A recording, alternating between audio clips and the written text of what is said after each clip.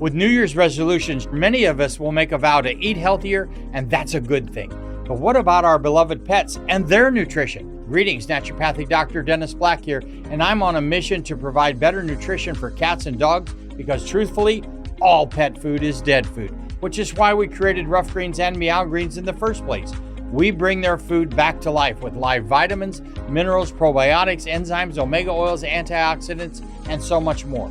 All in a tasty formula that your dog and cat will love. You can improve your pet's coat, digestion, energy, and have less vet bills. Let 2025 bring a new year and a new pet. Get a Jumpstart trial bag, normally $20. Get a 100% discount with promo code BESTFRIEND. You discover the shipping. Go to roughgreens.com, use promo code BESTFRIEND. Bring your pet's food back to life with Rough Greens. So good, your pet will ask for it by name. If you're a maintenance supervisor for a commercial property, you've had to deal with everything from leaky faucets to flickering light bulbs. But nothing's worse than that ancient boiler that's lived in the building since the day it was built, 50 years ago. It's enough to make anyone lose their cool. That's where Grainger comes in. With industrial-grade products and dependable fast delivery, Grainger can help with any challenge. From worn-out components to everyday necessities. Call, click Grainger.com, or just stop by. Grainger, for the ones who get it done. Over the past 75 years, more than 10,000 chemicals have entered our food supply, but the EU allows just 300 additives. At Thrive Market, we prioritize quality, banning over 1,000 ingredients found in conventional grocery stores. Our Healthy Swap scanner helps you find better versions of your pantry essentials without the junk, dyes, or fillers, and everything is delivered right to your doorstep. So shop at a grocery store that actually cares about your health at thrivemarket.com/get started for 30% off your first order and a free $60 gift. It's the Opperman Report. And now, here is investigator Ed Opperman. Okay, welcome to the Opperman Report. I'm your host, Private Investigator Ed Opperman. I'm the president of Opperman Investigations and Digital Forensic Consulting. We got a fascinating guest with us. He's an expatriate named Stephen Miiller, and had a very colorful life as a smuggler, a drug smuggler back in the day. But he's out and he's free and he wants to tell us about. I think he worked for the company, and we've talked a bit before. Mr. Miller, are you there? Yes. Thank you so much. Hey, tell us about yourself. Who is Stephen Miller? Well, I'm just a small town boy. I grew up on a small farm near a town of 500 people, and in the 60s, and went to college and ended up signing up for the Navy and joining the Navy in 1969. And after I got out, I had trouble finding a job and got involved in the drug culture back home a little too heavily. So I moved down to Georgia to try to straighten out my life a little bit, and got down to Georgia and got involved in international marijuana smuggling. Started out as a driver and ended up doing electronic counter surveillance on the airstrips when the plane came in. Now, before you got involved with the smuggling, did you have any kind of brushes with the law before that? No. None at all. Then how'd you meet these guys that were running the smuggling operation? Well, when I got down there, I had a couple of friends who were down there. I won't name their names because they ended up not getting into trouble, but they were kind of involved with them, and they split away from them. I did a couple of little drives for them, but found out later I was getting paid way below the regular rate. I only got paid like $350 for driving down to Miami and picking up a load and bringing it back. Found out later I should have got $5 a pound, so I went with another group. There was a couple of groups of smugglers there in Atlanta that I know of. We all got along. We partied together and everything. There was never any trouble between the different organizations. And so I started driving for the company then, and they were based out of Illinois, just like I was. And one of the guys that I knew down there had gone to school with Ricky Thorpe at SIU, and that's how he knew him, and that's how I ended up getting involved. my main boss was Michael Grassi, who unfortunately passed away last year. Now, this was a famous smuggling operation called the Company, right? Right, that's what the DEA called us. They called us that because every time we needed something, we'd form a company. We had a trucking company. We owned Southeast Expressway Airport in Atlanta, Georgia, just to get aircraft fuel and for a place for our pilots to hang out. Most of our pilots were Vietnam pilots. In fact, I'd say 80 to 90% of us were Vietnam vets. And so now, you personally, though, when you started out, you were picking up pot down in Miami and driving it to Georgia. That pot was coming from Colombia?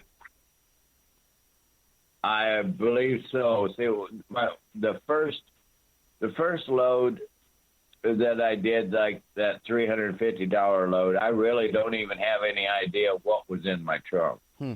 That's another scary part of it. That's why I quit driving for that group. Because I would drive down, I would go check into a motel. The next morning, I'd go out, get in my car, and drive home. They'd pick up my car in the night, load up the trunk, and the next morning, I'd drive it back and deliver it to them. Later on, as they found out my electronic expertise, sometimes I would drive it to the Midwest, but usually once I started in the electronics end of it, my job was pretty much over once the plane hit the ground and took off again. I carried 1.75 miles of lighting equipment, so I could set up a lighted runway anywhere. And I carried 5 to 7 scanners and an all-band frequency detector and an all-band several frequency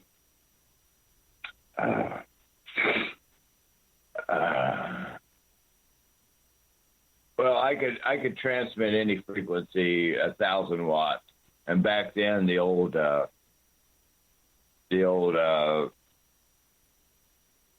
radios used crystals, and I could blow the crystals out of any radio out there.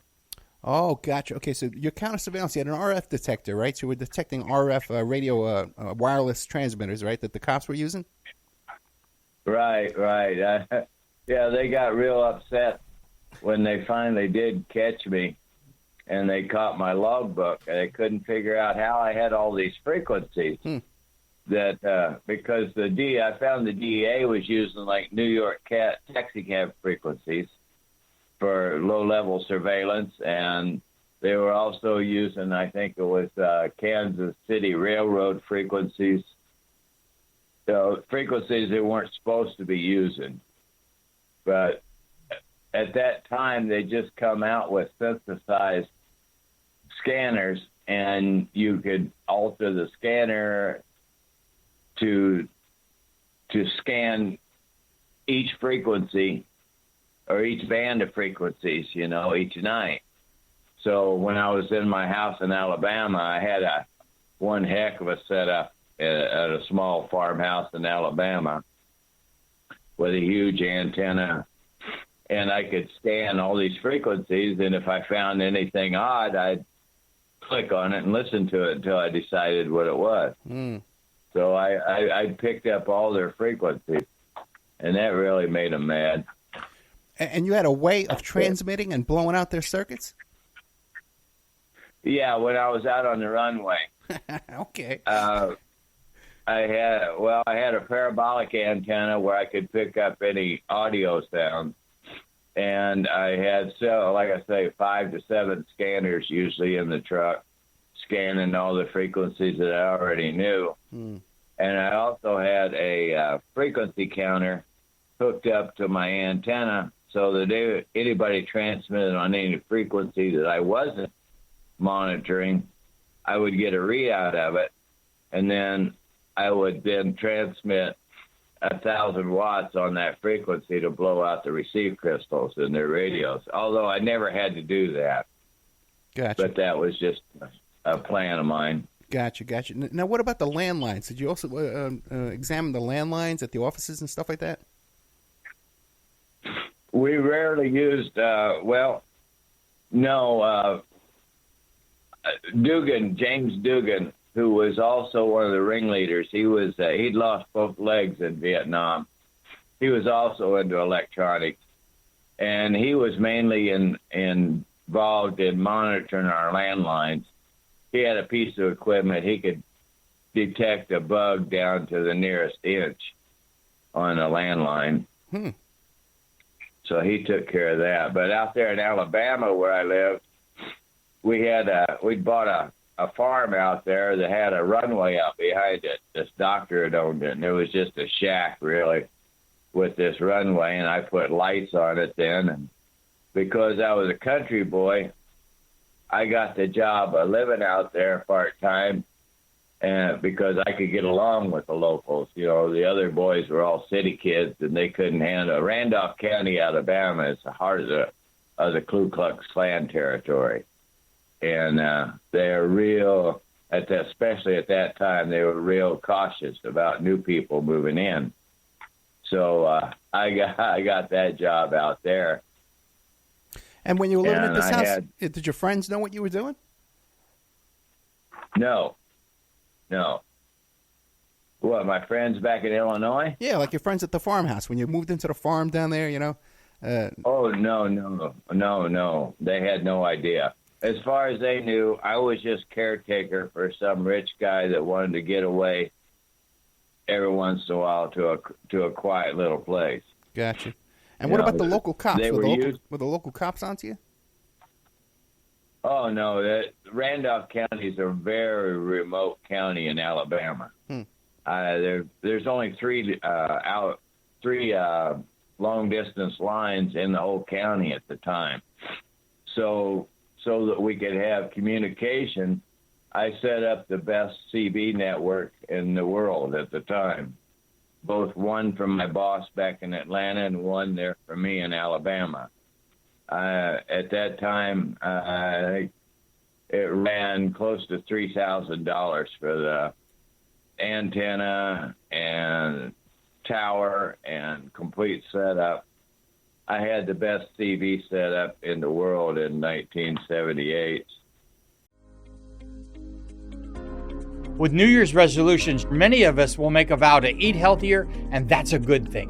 But what about our beloved pets and their nutrition? Greetings, naturopathic Dr. Dennis Black here, and I'm on a mission to provide better nutrition for cats and dogs because, truthfully, all pet food is dead food, which is why we created Rough Greens and Meow Greens in the first place. We bring their food back to life with live vitamins, minerals, probiotics, enzymes, omega oils, antioxidants, and so much more. All in a tasty formula that your dog and cat will love. You can improve your pet's coat, digestion, energy, and have less vet bills. Let 2025 bring a new year and a new pet. Get a Jumpstart trial bag, normally $20. Get a 100% discount with promo code BESTFRIEND. You just cover the shipping. Go to roughgreens.com, use promo code BESTFRIEND. Bring your pet's food back to life with Rough Greens. So good, your pet will ask for it by name. 77. Do you know how much they were paying for pot down in Colombia and selling it for in the States? Well, I don't know what they were paying for it in Colombia. See, one thing about the company is you had all the information you needed to do your job, but that was it. You didn't ask about other phases of the operation. That was just like when we brought in a plane. We had 3 runways manned every time we brought in a plane. No one on one runway knew about the other 2. Oh, fascinating. Only the pilot and my boss, and toward the end, myself knew about any other runways or the location of any other runways. Some of the guys knew that there were other runways, but they had no idea where they were. The first time I heard about the first time I heard about the company was on. Oh no, go ahead. You were selling what? we were selling it for $2.80 a pound. $2.80 a pound. Okay. Back then. Yeah. $2.80 a pound, and that was what year? 78. Yeah, 75, 76, 77, around in there. Really? Because, the Yippies back in New York, they were selling a pound of Colombian for about $250, $300 a pound back around that time. Yeah. Just onesies and twosies. Ours was the very, very best. You think so, huh? Yeah. Oh, yeah. Okay. Colombian Gold, ash bud. You couldn't smoke a whole joint because the resin would be dripping off the end so thick by the time you got about halfway down, you couldn't suck on it anymore. Now, what part of the country was this being sold in? Mostly in Midwest. So we took a lot to Ann Arbor, Michigan, St. Louis, Chicago. I don't really know. The distribution end of it wasn't usually my end of it.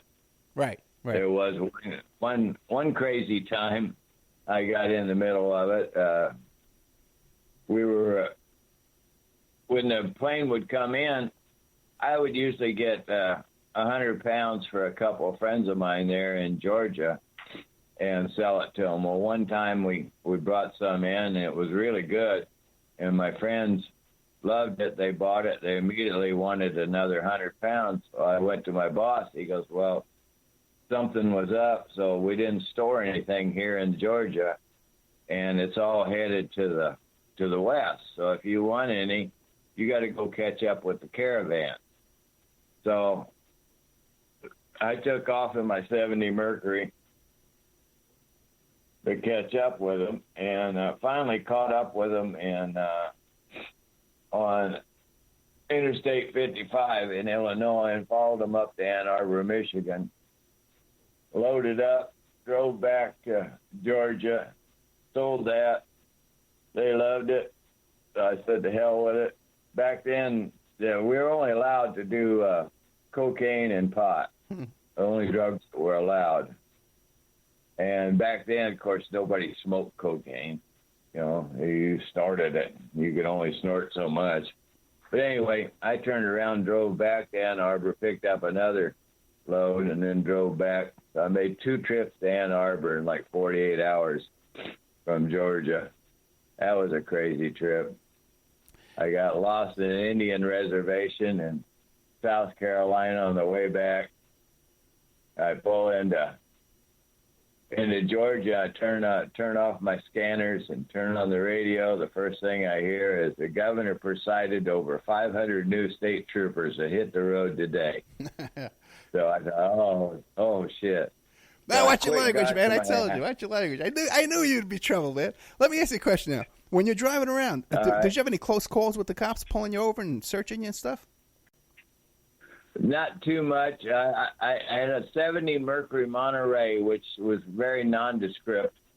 And, of course, we all had attack-trained dogs. And I had Gabriel hijackers air shocks in the back. And I used Michelin self-seeing radial tires. Gotcha. So, because you can't stop and change a tire, when you're hauling pot. And you can't carry your spare tire in your back seat. So, it didn't look like I was carrying anything.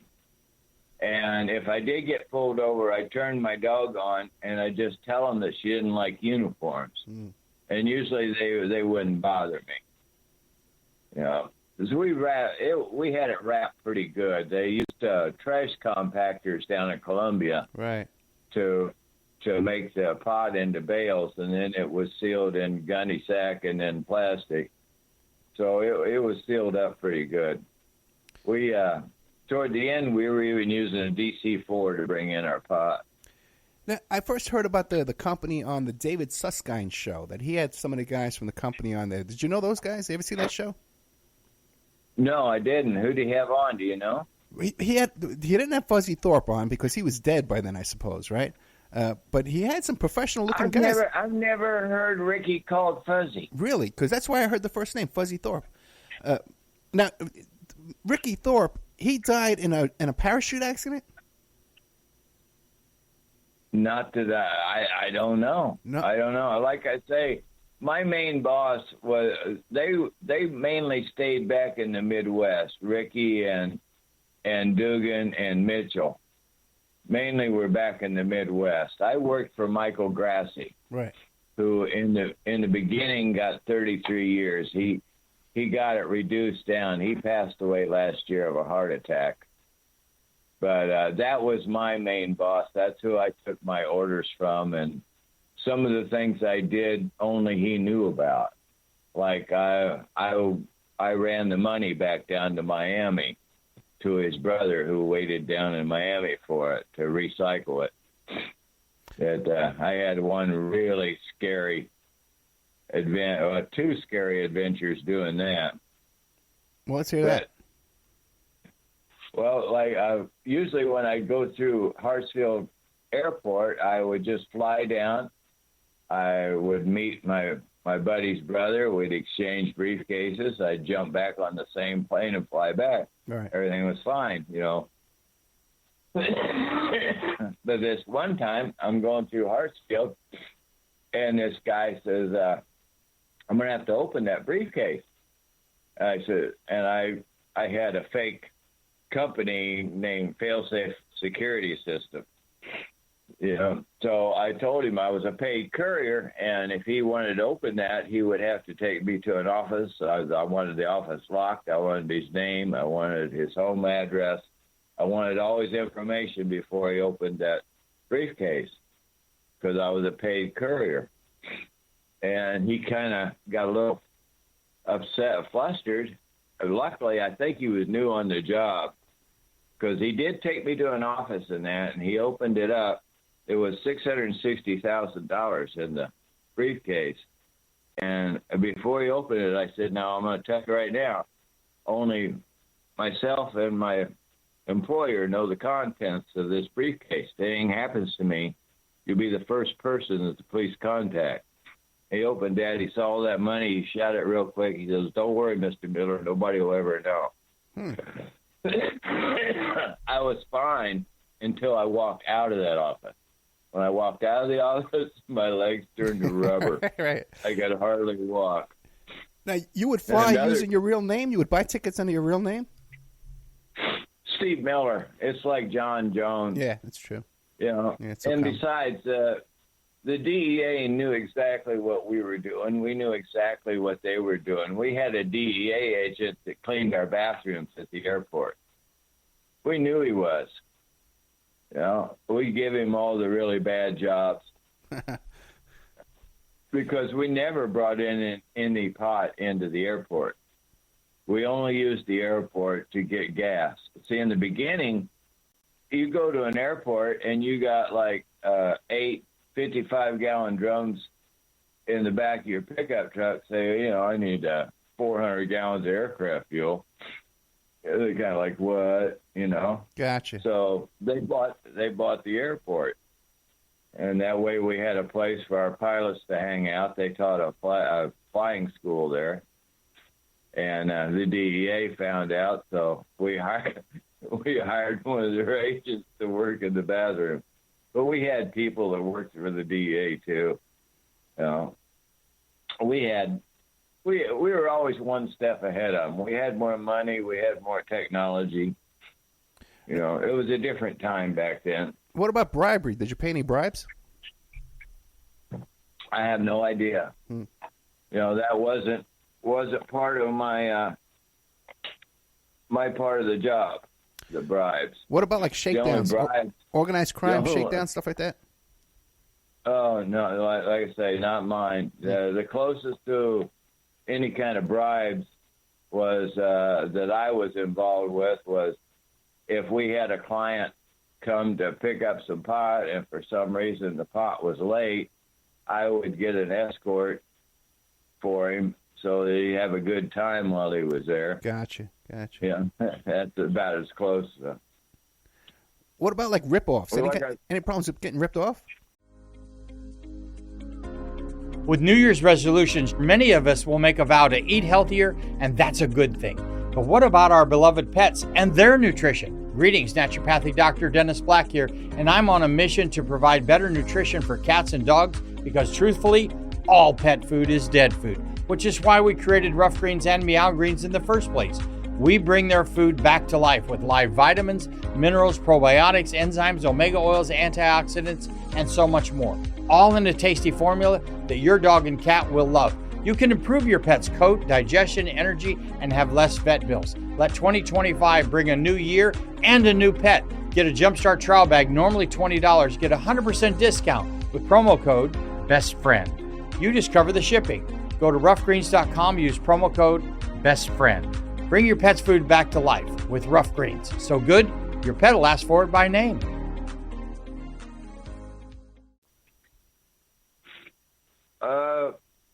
We had a guy try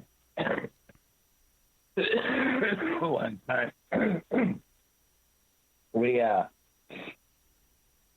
we flew down. This guy was supposed to make a new buy. It wasn't really our bunch, but it was a guy that had worked with our bunch. He thought he was going to become big time himself. So he went down, he took a bunch of money, and they were going to go get the pot, and they told him they had to put the money in the trunk.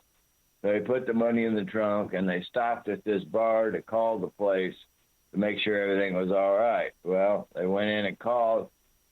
They said, no, they, come out and said, we can't go. It looks like the place is hot. So they drove back. They gave him his briefcase. He ran to the hotel to come back. He opened his briefcase, and the money was gone. Mm.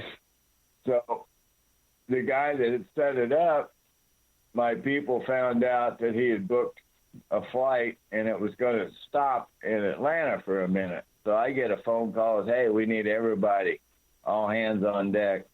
And we went down, we met this guy in the airport. It was really kind of strange because we couldn't do too much because we couldn't attract a lot of attention, but he couldn't do anything either. He couldn't go to the cops. We couldn't go to the cops. We had to stop him. And they did, and I don't know what happened after that because my part of it was over there. That was just a show of force on that one. Gotcha. Now, when I'm calling you now, you're out of the country. Can you want to talk about where you're living now? No, this is actually part of the United States. Where are you? I'm in the northern Mariana Islands. It's a Commonwealth of the United States. Everybody here is a U.S. citizen. It's the island I'm on is Rhoda. It's about 45 miles from Guam. Okay. And how'd you wind up over there? Well, when I was in the Navy, I fell in love with the islands, and I hated the snow growing up in the Midwest. And the cold and the change of weather. And so when I decided to finally got a chance to retire, I looked and everywhere was either too touristy or there was one reason or another reason. I looked at American Samoa, I looked at Puerto Rico, I looked at the Virgin Islands, and then I found this little island, Rhoda. And it looked great, and I come here and I found that, well, we're known as the friendliest island in the world, and I believe it's true. It's home for the Chamorro culture. It's they're like a bunch of hippies here. So I feel there's no crime, there's no traffic, there's no pollution. It's beautiful. Oh man, that sounds like heaven. It sounds really nice, man. Maybe I'll pay you a visit out there. So Stephen, what happened to the company? How'd they go out of business? Well, I'm not sure what finally brought them down. I know that things started getting kind of crazy in 78. Like I say, I lived part-time at this small farm in Alabama, and we had quit using it as a runway because we knew the DEA knew about it, and we knew that they'd been watching the place, which didn't bother us because, if you know where some of them are, then they aren't somewhere else. Right. But so I had moved. I had put all my money into antiques as a hedge against, later on. I had a buddy that had been in the business, and he was an antique dealer then. And he would sell me like a chest of drawers for $50 and give me a receipt for $1,500. And that way I'd clean up that much money. So I'd stored all my stuff there at this house. Plus I had a ski boat and 5 motorcycles. And like I say, this extensive CB setup and about $10,000 worth of electronic equipment. And one Memorial weekend, I got a call saying, don't worry, we're not going to be doing anything. If you want to take a couple of days off, you could do it. Because normally we were on 24/7 call. You got the call, you took off. You had to be ready at all times. And holidays, we worked all holidays. Christmas, New Year's Eve, we were out on the runway. Because that was the best time to bring in something. Yeah. The roads were crowded then. The police were at low. There weren't so many of them out there. So anyway, I took off. I just bought a new 4-wheel drive. I loaded it up and took off, and it was turned off the gas, electricity to this house. Come back home, it was gone. The house, my car, everything melted, burned to the ground. They used several barrels of aircraft fuel that were stored up in the barn to burn my house down. And that scared me because I was still too naive back then to think that the government could do something like that. And I didn't think we had any enemies. The only thing I could think of was, well, maybe the Ku Klux Klan found out what we were doing here somehow. And I couldn't figure it out. So I went back to my people and said, I need to take a few days off and go home and think about all this. This is getting a little crazy here. So in the meantime, some DEA agents were following a friend of mine from this other group that I'd been working with when I first got down there.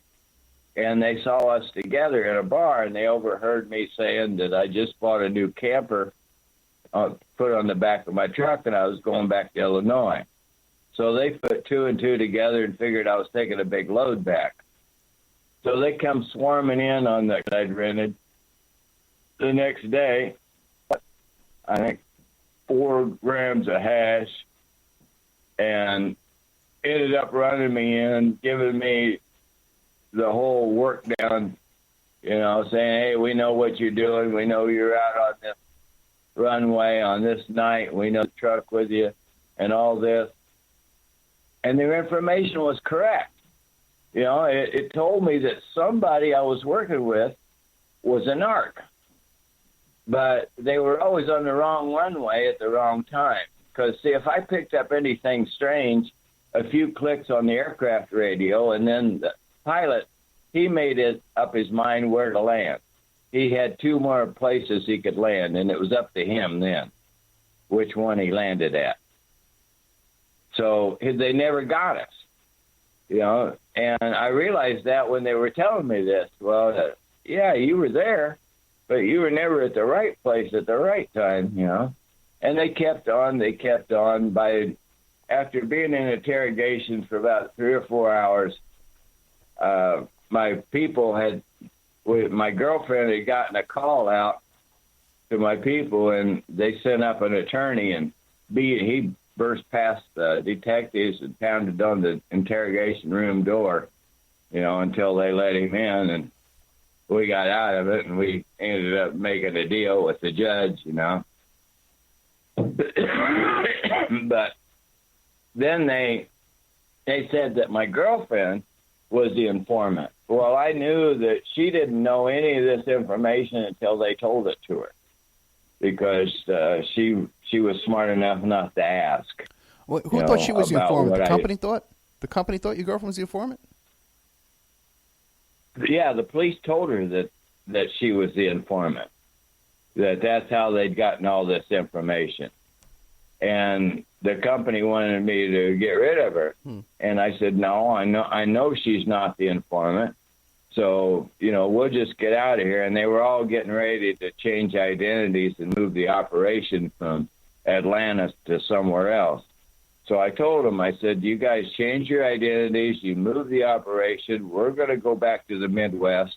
We don't know who you are now or where you're going to be, so you don't have to worry about us. But one of you is a narc. And there was, one of them was a narc. It was one of the guys that we had hired just to buy land, actually. He was the kind of guy, he had a family name, and everybody thought he had lots of money. So we used him to buy land for where we would put in a runway.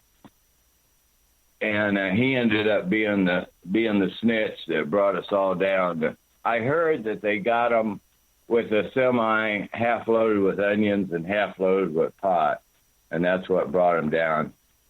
Ricky ran for years. You heard about how he got caught, didn't you? No, how did he get caught? They almost caught him several times. In fact, one time they even got his dog and didn't get him. And I know they had to be really close behind because Ricky loved his dog. But anyway, they finally caught him. And he was down in Florida, and he walked into a hotel bar to get a drink, and the DEA was having a retirement party for somebody there in the bar. And everybody in the bar recognized him because he was on the top 5 wanted list. Well, that's great. Now, what happened to him? Did he? How much time did he get? I'm not sure how much time Ricky got. I retired in '78, and I thought that maybe I was going to slide until about a year and a half later. I walk into a bar in Springfield, Illinois, and there's 2 of my buddies that were pilots for the company there at the bar. They'd heard that. Well, it was one of the places where all the night timers ended up. But anyway, I walked in and they were standing there, and I knew that either they'd retired too, or they came up to party with me, or they came up to warn me. And unfortunately, it was the latter. They said, "Yeah, the shit's hit the fan." Or sorry, yeah, but the dung has hit the fan, yeah, and your name's on the list. So I loaded up my camper and I ran for a year. But my father delivered the mail for a mail department, and they kept putting pressure on him. So I ended up coming home and turning myself in after about a year on the road or running. With New Year's resolutions, many of us will make a vow to eat healthier, and that's a good thing. But what about our beloved pets and their nutrition? Greetings, naturopathic Dr. Dennis Black here, and I'm on a mission to provide better nutrition for cats and dogs because truthfully, all pet food is dead food, which is why we created Rough Greens and Meow Greens in the first place. We bring their food back to life with live vitamins, minerals, probiotics, enzymes, omega oils, antioxidants, and so much more. All in a tasty formula that your dog and cat will love. You can improve your pet's coat, digestion, energy, and have less vet bills. Let 2025 bring a new year and a new pet. Get a Jumpstart trial bag, normally $20. Get a 100% discount with promo code BESTFRIEND. You just cover the shipping. Go to roughgreens.com, use promo code BESTFRIEND. Bring your pet's food back to life with Rough Greens. So good, your pet will ask for it by name. This was on the charges for the 7 ounces? No. That at this time there was no charges on me. They were just looking to talk to me. Okay. Well, I knew what looking to talk to me meant.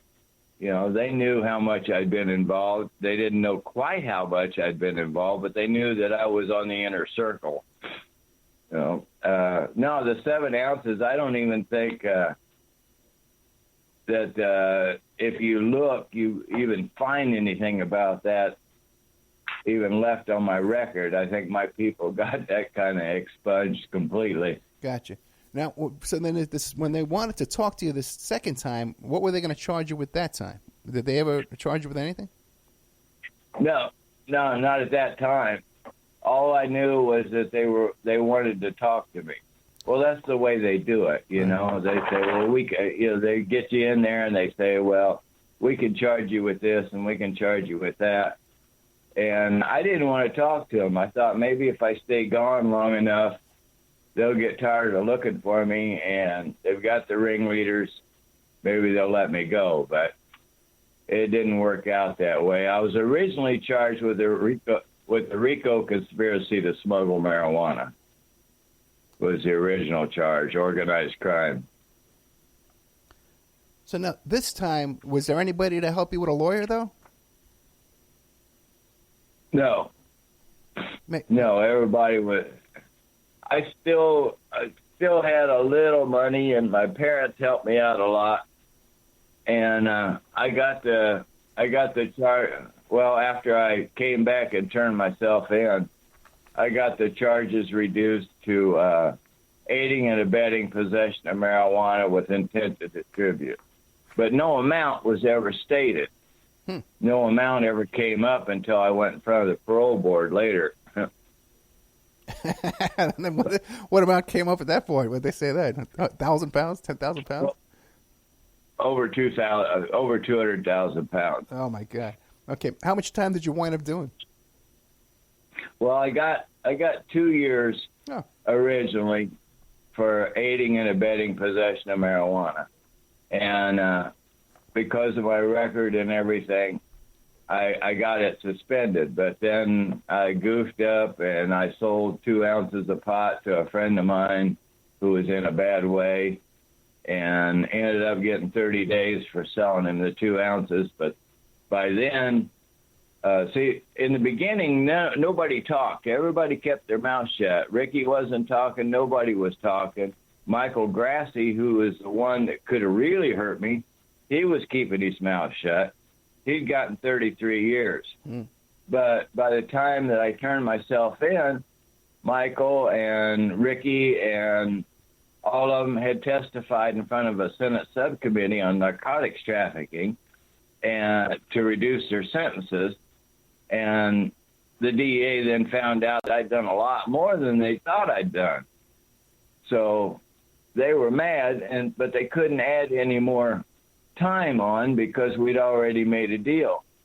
So when I went in front of the parole board, they revoked my probation or my Parole. suspended sentence, for this 2 ounce sale.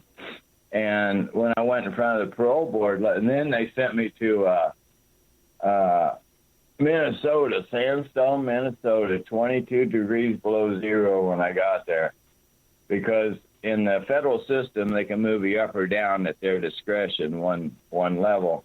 So they sent me to a level 2 up in Sandstone just to make things bad, so I'd be far away from my friends and family.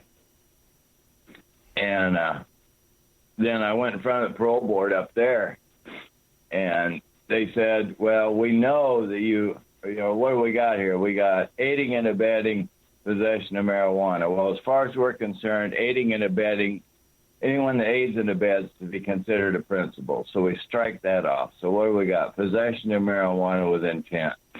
I argued the most they'd ever caught me with was 7 ounces of pot. They came back and said, no. We know that you participated in over 200,000 pounds of pot, so that's the amount that we're going to use. You got your break in court. And not only are you going to do every day of your 2-year sentence, we're going to add 2 years special parole on top of that. And special parole is if you get busted any time during special parole, you go back for 2 more years, then do 2 more years on special parole. It can turn into a lifetime sentence.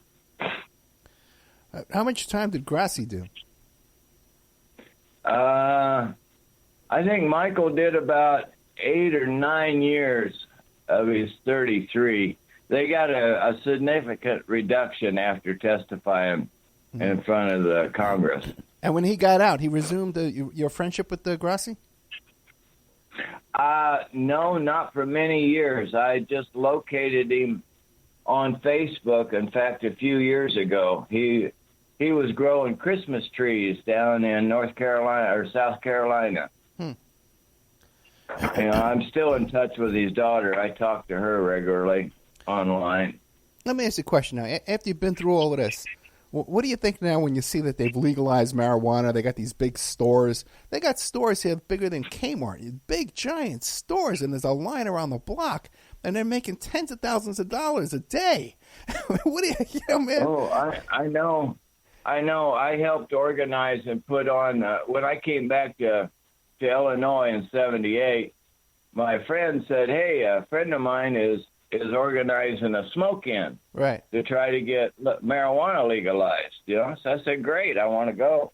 So we go there, and it was on the state capitol, on the steps of the state capitol. And when we got there, the government said, well, we said you could have this demonstration, but we didn't say you could use our electricity. So I told my friend, I said, hey, I got a generator at home. I didn't tell him it was a generator that used to light airstrips for hot planes, but I went home and got the generator and brought it back. And as it turned out, the guy that was in charge of the state police, or the state police that were guarding the Capitol, was my next door neighbor. I'd taken his daughter to the prom. He saw me coming with that generator. My nickname was Weeby back then. He said, damn, Weeby, I thought that we were going to get out of here early. I said, no, we're going to have a smoke-in. So we had a smoke-in, and the next year I helped organize the smoke-in. So in 78 and 79, we had thousands of people there on the grounds of the state capitol. And we were so sure back then that it was going to be legalized. The company even bought tobacco licenses because the government said when we legalize, the people with tobacco licenses will be the first people that get permission to grow it. So we bought up several tobacco licenses, which were pretty expensive. So we were ready. We were so sure it was going to be legalized within a year or two. That was almost 50 years ago. So, Steve, we've only got about a minute left. What do you want to leave us with? Well, I'm just glad that things have finally changed, that my grandkids don't have to worry about going to prison over a natural plant that's never hurt anybody at all. When I went to prison, I'd say 80% of the people in the low-level federal system were there for drugs. Mainly marijuana. In fact, I dealt marijuana while I was in federal prison. Right. That's another story. Real quick, how'd you get it inside? How'd you get it? Through the help of the correction officers? No. We had when I got moved from Minnesota down to Indiana, outside of the main prison there, we had a camp. And when a visitor would pull in, they would leave it in the back seat. And we had a little guy that was real fast, and he would run out and grab it and come back in and hide it, and have 4 or 5 people to testify that he never left his room. Gotcha.